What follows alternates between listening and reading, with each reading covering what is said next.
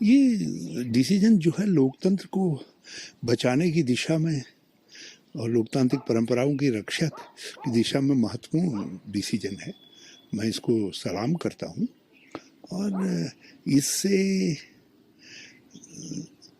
जो चुनाव प्रक्रिया में धन शक्ति लीगल तरीके से हाईजैक कर दे रही थी पूरी प्रणाली को, पूरी चुनाव पद्धति को, अब कम से कम वो नहीं हो पाएगा।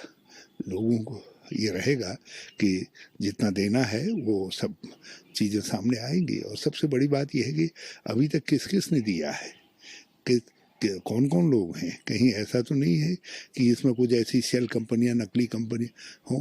कहीं ऐसा ना हो कि कुछ पेशेवर लोगों से जो है बॉन्ड खरीदवा करके। तो कई तरीके की जो गड़बड़ें सामने आ रही थी और आशंका थी वो दूर हो जाएगी।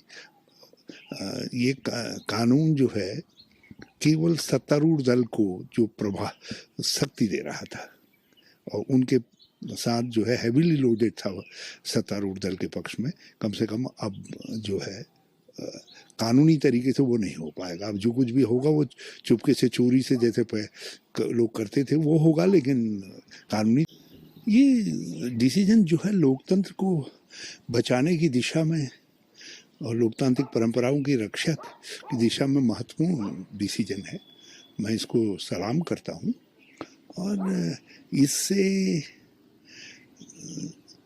जो चुनाव प्रक्रिया में धन शक्ति लीगल तरीके से हाईजैक कर दे रही थी पूरी प्रणाली को, पूरी चुनाव पद्धति को, अब कम से कम वो नहीं हो पाएगा। लोगों को ये रहेगा कि जितना देना है वो सब चीज़ें सामने आएंगी। और सबसे बड़ी बात यह है कि अभी तक किस किस ने दिया है, कि कौन कौन लोग हैं। कहीं ऐसा तो नहीं है कि इसमें कुछ ऐसी शेल कंपनियां, नकली कंपनी हों। कहीं ऐसा ना हो कि कुछ पेशेवर लोगों से जो है बॉन्ड खरीदवा करके। तो कई तरीके की जो गड़बड़ें सामने आ रही थी और आशंका थी वो दूर हो जाएगी।